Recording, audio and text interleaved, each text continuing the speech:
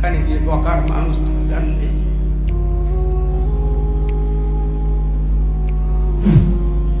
এই বয়সে চলাফেরায়, সাংগঠনিক কাজকর্মে, মাদ্রাসায়, বক্তৃতায়, যখন যেখানে কোনো ভুল কিছু লোকের কানে যায়, বাড়ি গেলে ধমকানি আর খেতে হতো। এইটা কেন হলো, এইটা কেন হয়নি, এই কাজটা করো না, এইটা ঠিক না, এটা করতে নেই, এইটা করোনি কেন।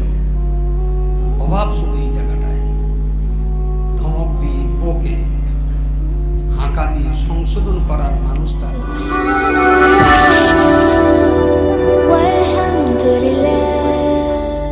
দারিদ্রতা থাকতে পারে।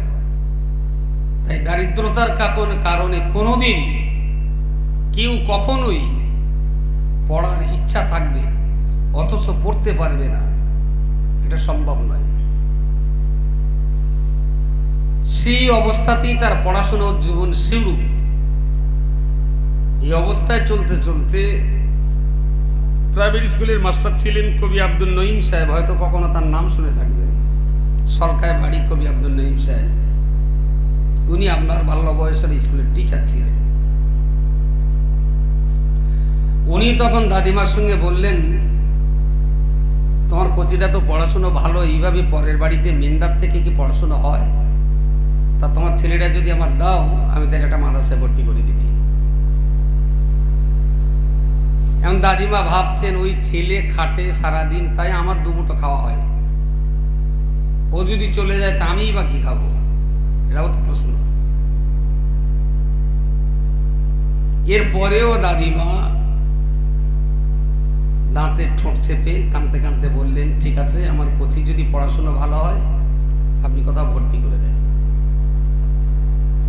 আজকের দিনের মতো খুব সাজিয়ে গুছিয়ে কোনো বাবা মা বাক্স, কাঁথা, জামা, বালিশ গুছিয়ে আমার বাবাকে কেউ মাদ্রাসায় নিয়ে যায়নি। অন্যজনেই আমার আব্বার হাত ধরে শুধু পরনের জামা কাপড় লুঙ্গি যেটা ছিল অতটুকুই, অতিরিক্ত কিছু ছিল না। তো একটা বাক্স কেনার টাকাও সেদিন দাদিমার হাতে ছিল না। ওই অবস্থায় কবি সাহেব নিয়ে আব্বাকে ভর্তি করে দিলেন। এই হলো আব্বার জীবনের পড়াশোনার এক শুভ সূচনা। দেওগঙ্গার পাশে কালিয়ানি বলে একটা গ্রাম আছে, ওখানকার একটা মাদ্রাসায় আব্বা কিছু পড়েছেন।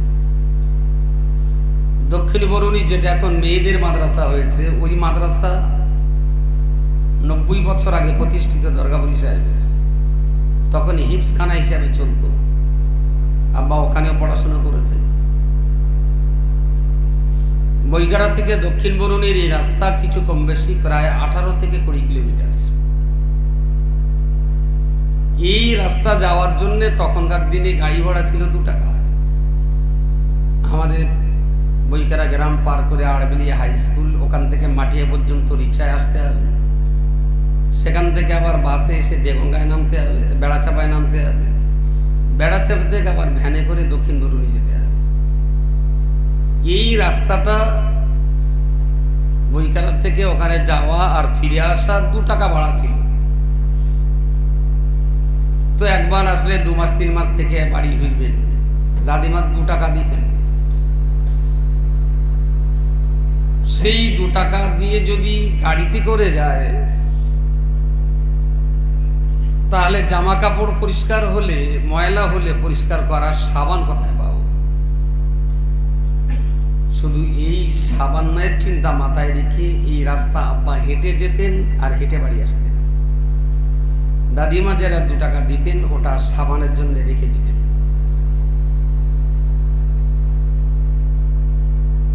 আমি আবার বলছি, পৃথিবীর অন্য কোনো কারণ নিবারণ আমি সে কথা বলবো না, তবে শিক্ষার ব্যাপারে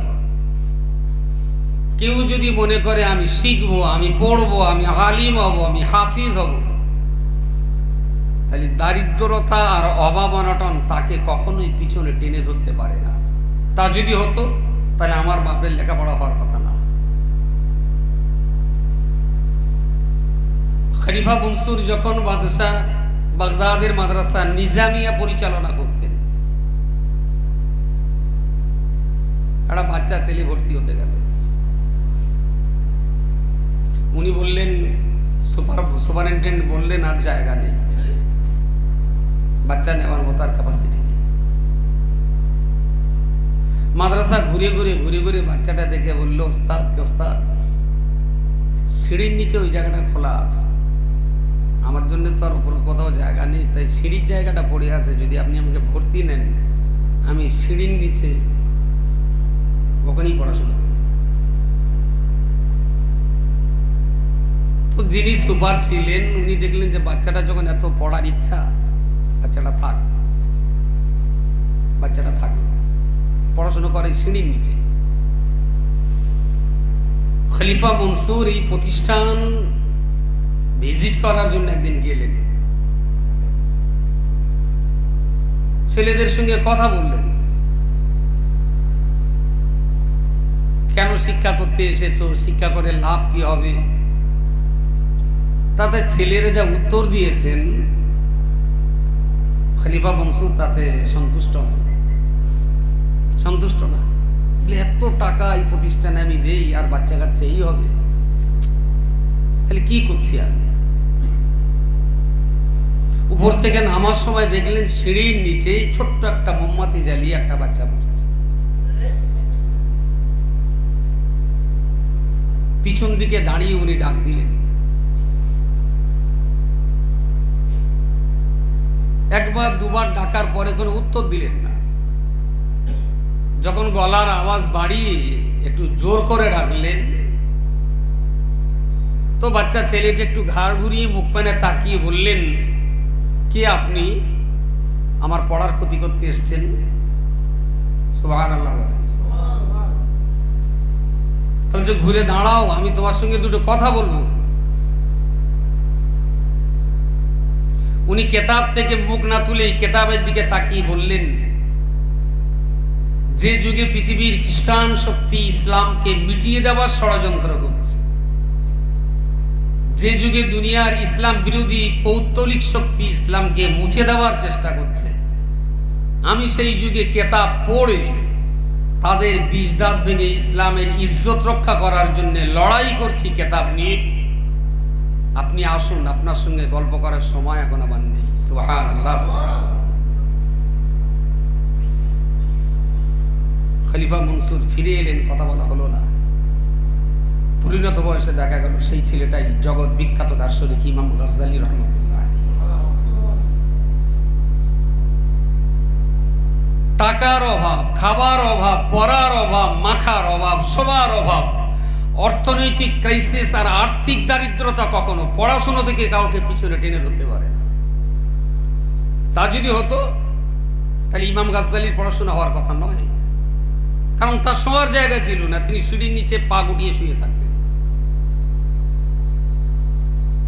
সুতরাং আজকের দিনে দাঁড়িয়ে একটা শিক্ষা প্রতিষ্ঠানে আপনারা যারা এসেছেন আর আমার ছোট ছোট কোচিরা যারা আছে, যদিও তারা ছেলে মানুষ, কোচি আমার দিকে তাকাও, যদিও তোমরা ছেলে মানুষ, তবুও কথাগুলো মনে রাখো।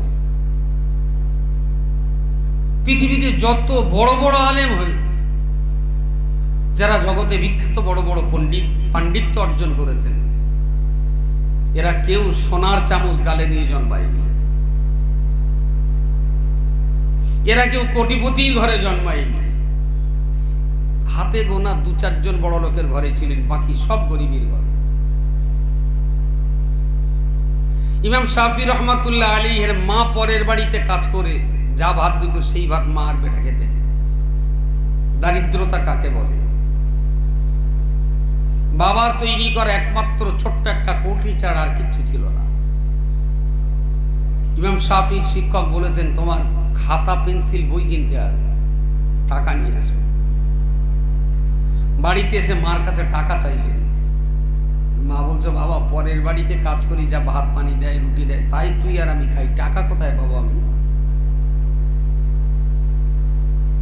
তো প্রতিদিনের মতো মা সকালে উঠে পরের বাড়িতে কাজে যায়, ইনি সকালে উঠে ওস্তাদের কাছে পড়তে যান।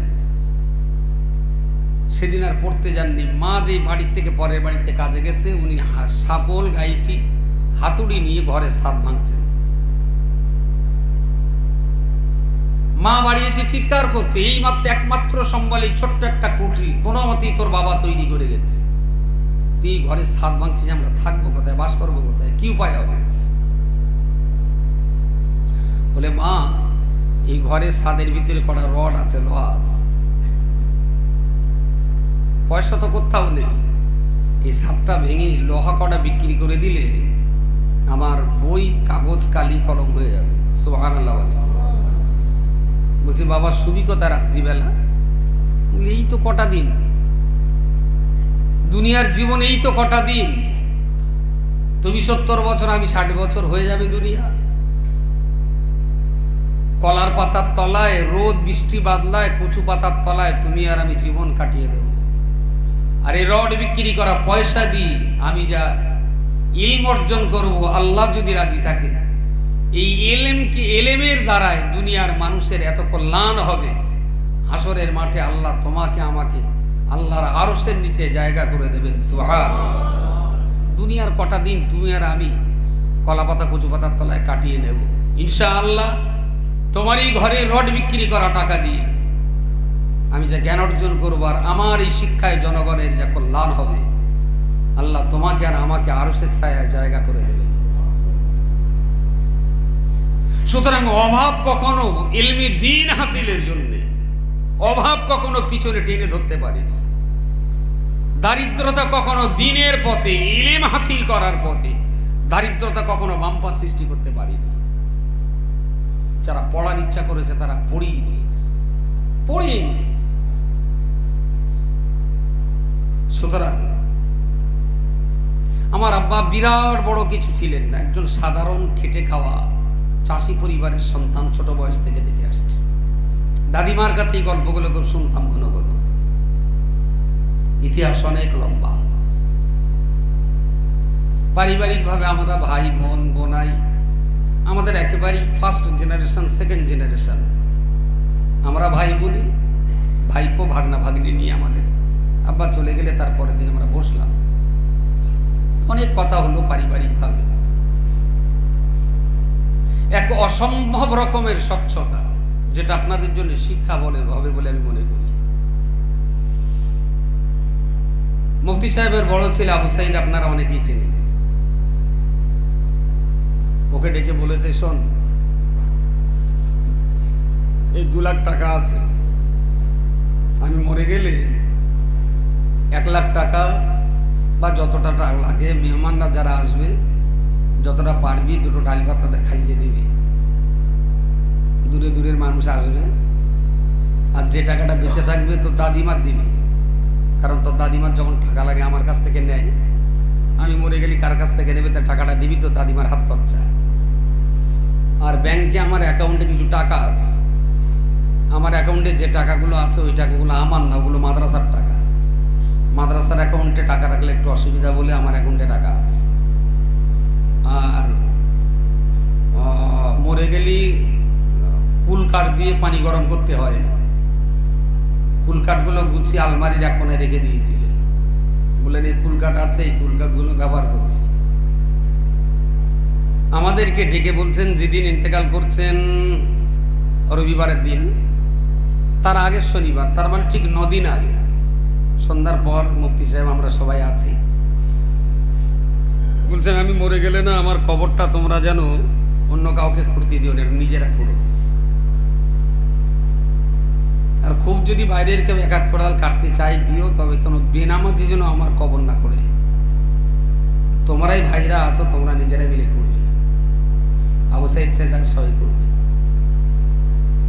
তাই বলছে আব্বা আপনি তো সুস্থ মানুষ, এখন এইসব কথা বেকার কেন বলছেন, এখন সময় আছে। তা বলছে না, কখনো কখনো মানুষ পৃথিবীতে বেঁচে থাকে কিন্তু অনেকের কথা বন্ধ হয়ে যায়। হয়তো 2 ঘন্টা 5 ঘন্টা বেঁচে থাকে, কিন্তু কথা বলার যখন বুঝতে পারে যে আমি মরে যাব, হয়তো তখন আর কথা বলতে পারে না। তো আমার আল্লাহ নসিবে কি রেখেছেন এটা তো বলা যায় না, সেই জন্য সুস্থ আছি, সুস্থ শরীরে বলে রেখে দিচ্ছি। আমরা 6 ভাই 5 বোনে, মা আছেন। তাহলে আব্বার অবর্তমানে তার সম্পত্তির ওয়ারেস আমরা এখন 12 জন। 6 ভাই 5 বোনই আর আম্মা। আব্বার টোটাল কতটুকু সম্পত্তি আছে আমি জানি না। তখনই খুব ঠান্ডা মাথায় ভাগ করলেন সম্পত্তি। কোন জমি 2 লাখ টাকা শতক, কোন জমি আবার 40,000 টাকা শতক। দামের ভ্যালুয়েশন ডাইনে বাঁয়ে করে কাউকে দিয়েছেন 20 কাঠা, কাউকে দিয়েছেন 12 কাঠা, কাউকে দিয়েছেন 6 কাঠা, দামের অনুযায়ী। যার 6 কাঠা তার 6 কাঠার দাম হয়তো 2 লাখ, যার 20 কাঠা তার 20 কাঠার দাম হয়তো 2 লাখ। এই সমতা বজায় রেখে টোটাল কোন ছেলের কোন জমিটা কতটা, কোন মেয়ের কোন জমিটা কতটা, মায়ের কোন জমিটা কতটা, একদম শরীয়তের ফারায়েজ হিসাব অনুযায়ী পুরো ভাগ করে রেখে গেছে। আমি বলছি এটা আপনাদের জন্য শিক্ষা হওয়া উচিত যে আপনার অবর্তমানে প্রায় পরিবারে দেখা গেছে সম্পত্তি নিয়ে ছেলেদের ভিতরে ঝগড়া। বেশিরভাগ ক্ষেত্রে দেখা গেছে মেয়েরা বঞ্চিত হয়েছে বাবার সম্পত্তি থেকে। বাবা বেঁচে থাকতে থাকতেই ছেলেরা বাবার কাছ থেকে সম্মতি লিখে নিয়েছে, না হলে বাবা ইচ্ছা করে ছেলেদের নামে লিখে দিয়েছে। চরম বেইমানি করা হয়েছে মেয়েদের সম্পর্কে। এগুলো ক্ষমা হওয়ার নয়। যদি শামসুর রহমান সাহেব রাহিমাহুল্লাহ তাকে যদি ভালোবাসেন, তাহলে তার এই শিক্ষাটুকু আপনাদের ভিতরে আসা উচিত বা নেওয়া উচিত। কখনো যদি সুযোগ হয় আমার বাপের ভাগ করে দেওয়ার সেই কাগজটা একটা দেব, আপনাদের দেখে নেবেন যে সন্তানদের হক কি করে আদায় করতে হয়। বিশ্বাস করুন, আব্বা চলে গেছেন তো কাজ কাম চলাফেরা ওঠা বসা সংসার সংগঠন কোন দিক দিয়ে কিঞ্চিত পরিমাণ অভাব বোধ হয়নি।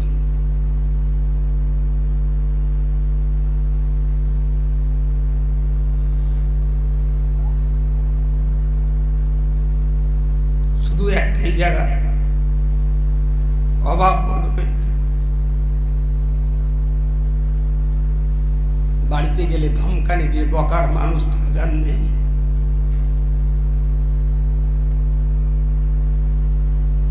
এই বয়সে চলাফেরায়, সাংগঠনিক কাজকর্মে, মাদ্রাসায়, বক্তৃতায়, যখন যেখানে কোনো ভুল কিছু লোকের কানে যায়, বাড়ি গেলে ধমকানি আর খেতে হতো। এইটা কেন হলো, এইটা কেন হয়নি, এই কাজটা করো না, এইটা ঠিক না, এটা করতে নেই, এইটা করোনি কেন। অভাব শুধু এই জায়গাটায়।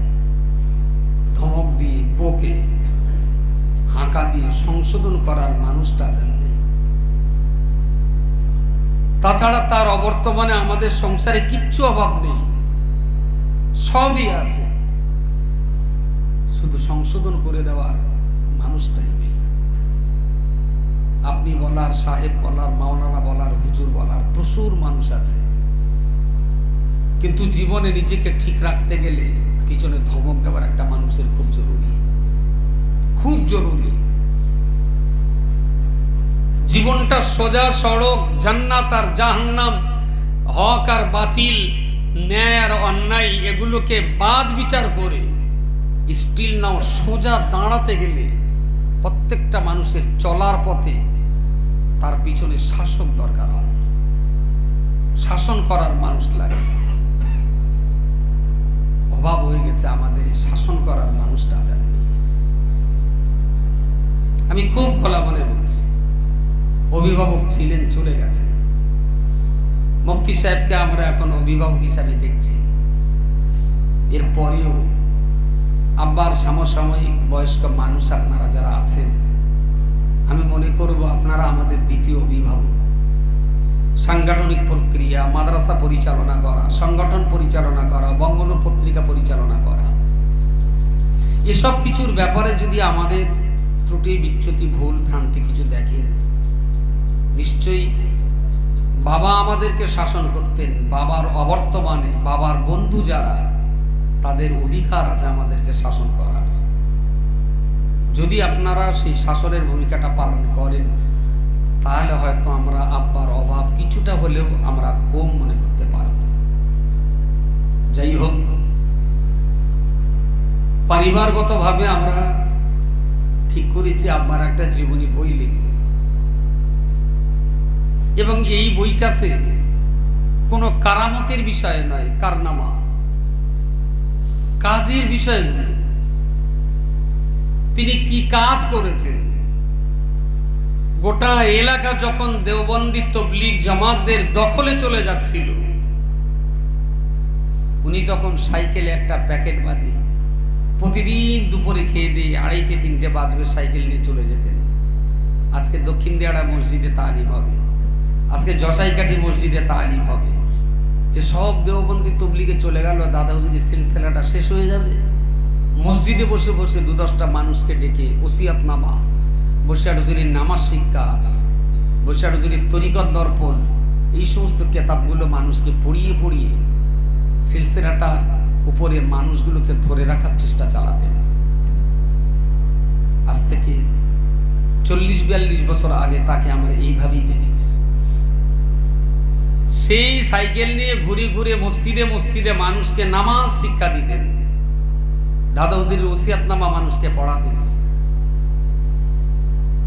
তারপরে যখন মানুষের ভালো লাগলো, সেই ভালো লাগা মানুষগুলো একসঙ্গে বসে বললেন যে আপনি যখন এত কিছু করছেন তাহলে একটা সংগঠন করে কিছু করলে হয়।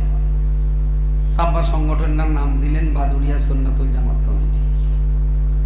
ওই বাদুড়িয়ার আশপাশে কটা গ্রামে কাজ হতো। তার সেই সাইকেল চেপে মানুষকে শিক্ষার ব্যাপারে দাওয়াত দেওয়া, সাইকেল চেপে মসজিদে মসজিদে যে মানুষকে শেখাবার যে প্রবণতা, যদি সেই প্রবণতা, সেই ইচ্ছা, সেই চাহিদা, সেই লক্ষ্য সঠিক, সুন্দর, নির্ভেজাল এবং খাঁটি ছিল বলেই সাইকেলের বাদুড়িয়ার সেই সুন্নাতুল জামাত এখন অল ইন্ডিয়া সুন্নাতুল জামাত। সেই সাইকেল চাপা মানুষটার নিয়তের ভিতরে যদি স্বচ্ছতা না থাকতো, পরিচ্ছন্নতা না থাকতো, লিল্লাহিয়াত না থাকতো, খুলুসিয়াত যদি না থাকতো, তাহলে সে সংগঠন বাদুড়িয়ার টপকে খোলা পাতা হয়ে বসিরহাটে যাওয়ার যোগ্যতা থাকতো না। আজকে এই 13 বছর আমি অল ইন্ডিয়া সুন্নাতুল জামাতের সম্পাদক আছি। আগামীকাল আমাদের মিটিং রয়েছে, সংগঠনকে ভেঙে দিয়ে নতুন করে আবার কমিটি করা হবে। অনেক দিন হয়ে গেছে, আব্বাকে আমি অনেকবার বলেছি, আব্বা 5 বছর করে মেয়াদ থাকে, কমিটিটা ভেঙে দিয়ে আপনি একটা কমিটি করে দেন, আবার আপনি তো সভাপতি। তা বাবার মুফতি সাহেবের ডাকলেন, খোকা মাতি নেই বলছে, তা কি হবে? তা মুফতি সাহেব বললেন, আব্বা চলছে তো ভালো, আর কাজও হচ্ছে খুব ভালো, ভেঙে দিয়ে লাভ নেই, থাক। তা আব্বা আবার বললেন, বড় খোকা বলতে ভাঙতে হবে না, তা থাক, তুমি চালাও। এই করে করে 13 বছর আমি একটানা চালাচ্ছি। আগামীকাল মাগরিবি বাঙ্গাল আঞ্জুমানে ওয়াইজিনের কমিটির সদস্যরা, আমিনিয়া জমিয়াতুল মুআল্লিমিন, আমাদের মাদ্রাসার টিচার শিক্ষকবৃন্দ যারা, তাদের সংগঠন, রহমানিয়া স্টুডেন্ট ফেডারেশন, জামিয়া রহমানিয়ার প্রাক্তন ছাত্রদের সংগঠন,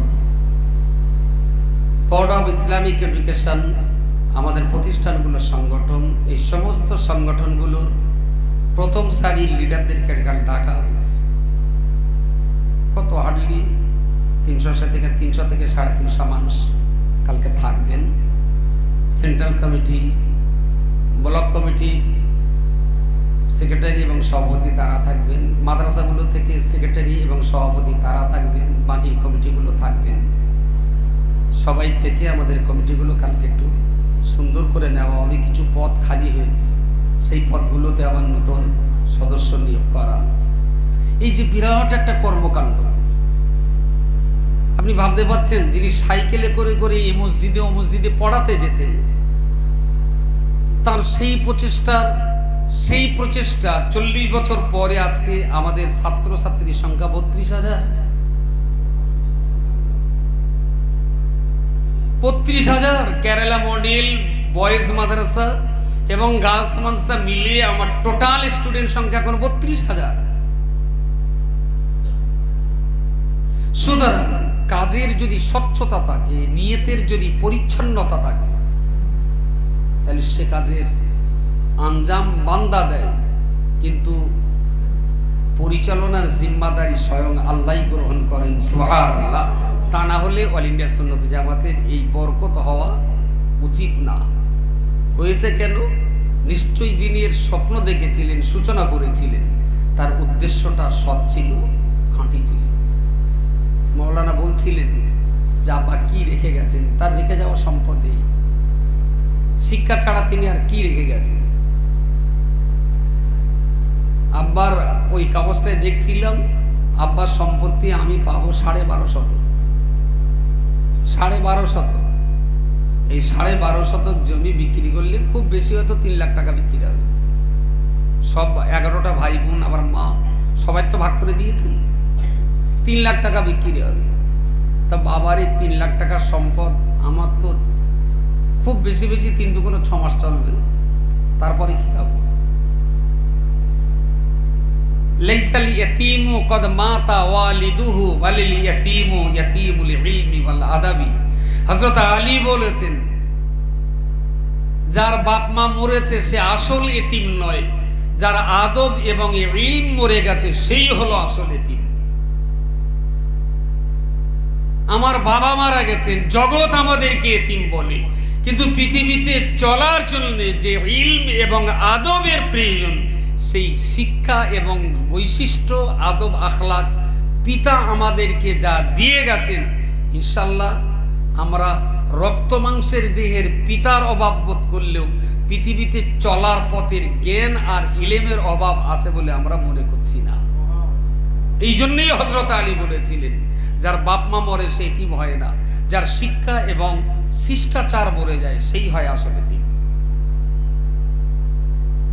আপনারা যারা এই প্রতিষ্ঠানটা সুন্দরভাবে দেখাশোনা করছেন, পরিচালনায় অংশ নিচ্ছেন, আপনাদের সবাইকে আমরা আন্তরিক ধন্যবাদ জানাচ্ছি।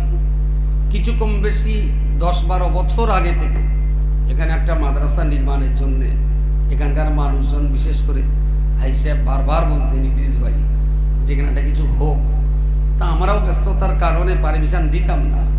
তো যাই হোক, আল্লাহর রহমত হয়েছে, সুন্দর এই ফুলের বাগান, এই বাগানের ভিতরে যিনি জায়গা দিয়েছেন, একজন না একাধিক, একজনই না, জি, যিনি জায়গা দিয়েছেন,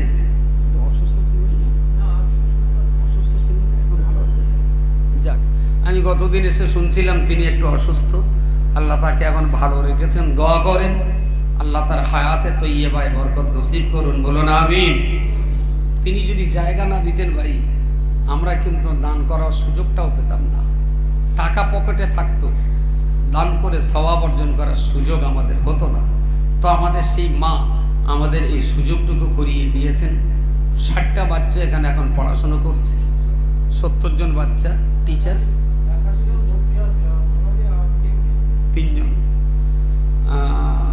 3জন শিক্ষকের তত্ত্বাবধানে 70-80টার মতো বাচ্চা, তারা ধারাবাহিকভাবে এটা কোরআন তেলাওয়াত করে যাচ্ছে।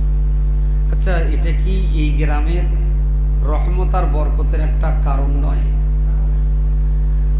গ্রামের মানুষ যদি একবার চোখ বুঝিয়ে হিসাব করে যে মাদ্রাসা তৈরির আগে প্রতি বছর আমি কত টাকা ডাক্তারকে দিতাম, আর মাদ্রাসা তৈরির পর প্রতি বছর আমার পরিবারের কত টাকা ডাক্তারকে দিতে হচ্ছে,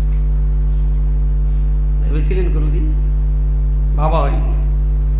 আমি বলছি আজকে একটু ভেবে দেখেন, মাদ্রাসা তৈরি হওয়ার আগে এই পরিবার, এই গ্রামের একটা পরিবারের বছরে রোগ শোক জরাবেদিতে 10,000 টাকা ডাক্তারকে দিতে হতো। আর এখন মাদ্রাসা তৈরির পর টাকার আনুপাতিক ভ্যালুয়েশন হিসাব করে মাদ্রাসা তৈরির পর আমার 15,000 টাকা ডাক্তারকে দিতে হচ্ছে। আমি কান ধরে উদ্বোস করবো তার সামনে। আল্লাহর কোরআন মিথ্যা হয়ে যাবে, ইসলাম মিথ্যা হয়ে যাবে, এটা হতে পারে না। যে গ্রামে কোরআন তেলাওয়াত হয়, রোগ শোক জরা বেদি বিপদ মুসিবত আসমানি জিসমানি বালা যে পরিমাণ হওয়া উচিত, কোরআনের ইজ্জতের খাতিরে আল্লাহ সেই পরিমাণকে যথেষ্ট কমিয়ে দেন, বলুন সুবহানাল্লাহ। মাদ্রাসা তৈরির আগে যদি কারোর হিসাব থাকে আর পরের হিসাবটা একবার দেখে নেবেন। আপনি মনে করছেন মাদ্রাসা বছরে 10,000 টাকা দিচ্ছি, আলহামদুলিল্লাহ, কিন্তু এটাও মনে করবেন মাদ্রাসা হয়েছে বলে 50,000 টাকা ডাক্তারকে দিতে হয়নি। কত ঝড় ঝঞ্ঝা বালা মুসিবত থেকে যেখানে কোরআন না কোরআন তেলাওয়াত হয়, এই কোরআন তেলাওয়াতের ইজ্জতের খাতিরে আল্লাহ সেই মহল্লাটাকে বালা মুসিবত, বেইজ্জতি, বিভিন্ন ধরনের বেইজ্জতি থেকে, ক্ষয়ক্ষতি থেকে আল্লাহ সেই মহল্লাটাকে হেফাজত করেন। বলুন সকলে সুবহানাল্লাহ। সুতরাং এটা হলো মুসলিম মহল্লার অলংকার। একটা মক্তব, একটা মসজিদ, একটা মাদ্রাসা, এগুলো হলো মুসলিম গ্রামের এক একটা গহনা। এগুলো থাকলে না মুসলিম গ্রাম সুন্দর হয়, গ্রামগুলো দেখতে বেশ ভালো লাগে। বিকালে আপনি পথে বেরোবেন, এখান থেকে বালতি হাটকলা পর্যন্ত যেতে অন্তত 4 বার সালাম দিতে হবে। এই আমার কোচিরাই আপনাদের সালাম দেবে। মাদ্রাসা হওয়ার আগে আপনার সালাম করার কেউ ছিল না। আসসালামু আলাইকুম, আল্লাহ আপনাদের উপরে শান্তি বর্ষণ করুন। এই কথাটার দামটা কি খুব কম দাম মনে হয়?